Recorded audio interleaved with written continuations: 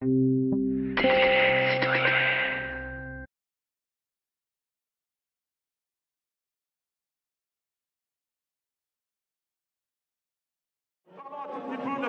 économique, vous avez quand même que le CAC 40 délivre des milliards d'euros de profit et il en verse plus de 60% en dividendes.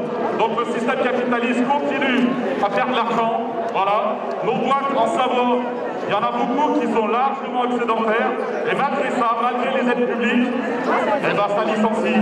Donc oui, aujourd'hui on est là pour l'emploi, pour le maintien de l'emploi, l'augmentation des salaires aussi. Nous, en fait, d'abord, la première chose que nous avons cherché à faire, c'est à sécuriser la situation des saisonniers. Donc pour ça, nous nous sommes battus auprès de la ministre du Travail et de l'Emploi. On s'est battus donc, avec Pierre, avec Pascal, avec les délégués. On s'est battus pour deux choses.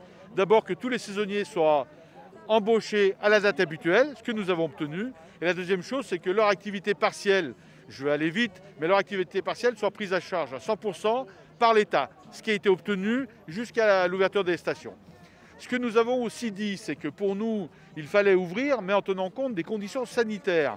Et pour l'instant, on le voit bien avec ce que nous donnent comme indicateur les hôpitaux, les gens qui sont CGT, qui travaillent dans l'hôpital, ce n'est pas le bon moment. Donc attendons que les conditions sanitaires soient je dirais, optimum. Et que de ce point de vue-là, y compris, je leur dis à ceux qui disent « ouvrons tout de suite », on ne les a pas bien vus avec nous quand il a fallu se battre, je dirais, pour regarder les hôpitaux, que ce soit celui de Moutier ou d'autres lits d'hôpital comme Saint-Jean-de-Maurienne. Parce que les autres professionnels, ils poussent fort, les commerçants. Oui, bien sûr, oui, non mais on comprend qu'ils poussent fort. Ceci étant, ce qu'on leur dit beaucoup, c'est, nous, il y a deux sujets sur lesquels ils auraient pu pousser fort avec nous. C'est par rapport à la santé de manière globale dans nos stations, puisque je dirais, on voit bien que l'hiver, vous avez beaucoup de monde dans les stations et qu'il faut que les hôpitaux, le service de santé s'adaptent à ça. Et puis l'autre chose, c'est que les saisonniers, eux, craignent beaucoup tout ce qui est chômage. Et aujourd'hui, la réforme du chômage et ce qu'on a fait l'année dernière en termes d'action au mois de février, on ne les a pas vus. Et puis la question aussi, elle se pose, je dirais, de manière plus générale par rapport à la population. On voit bien que la montagne aujourd'hui, elle redevient une destination de nature.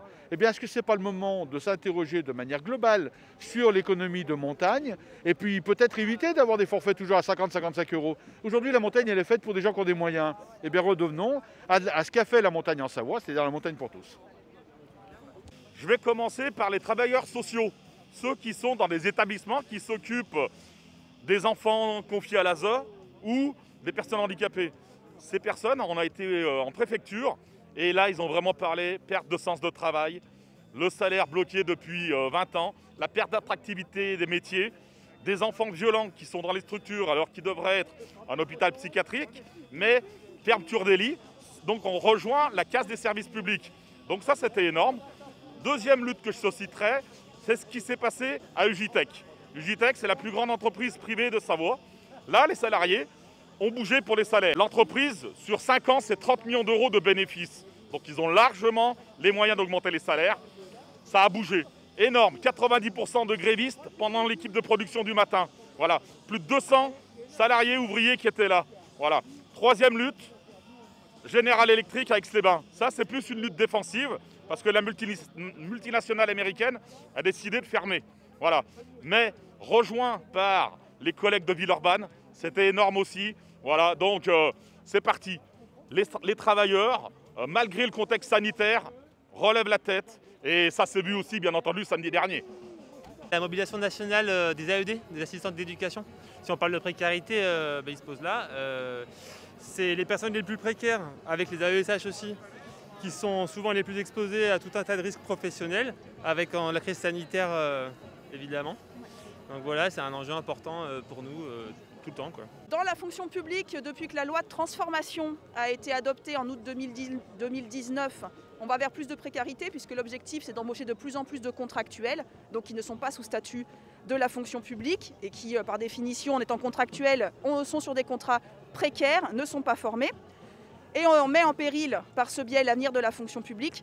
Et au-delà de ce qui nous regarde dans notre secteur en particulier, c'était important pour la FSU d'être présente aujourd'hui, puisqu'on voit bien qu'on vit non seulement une crise sanitaire, mais une crise sociale.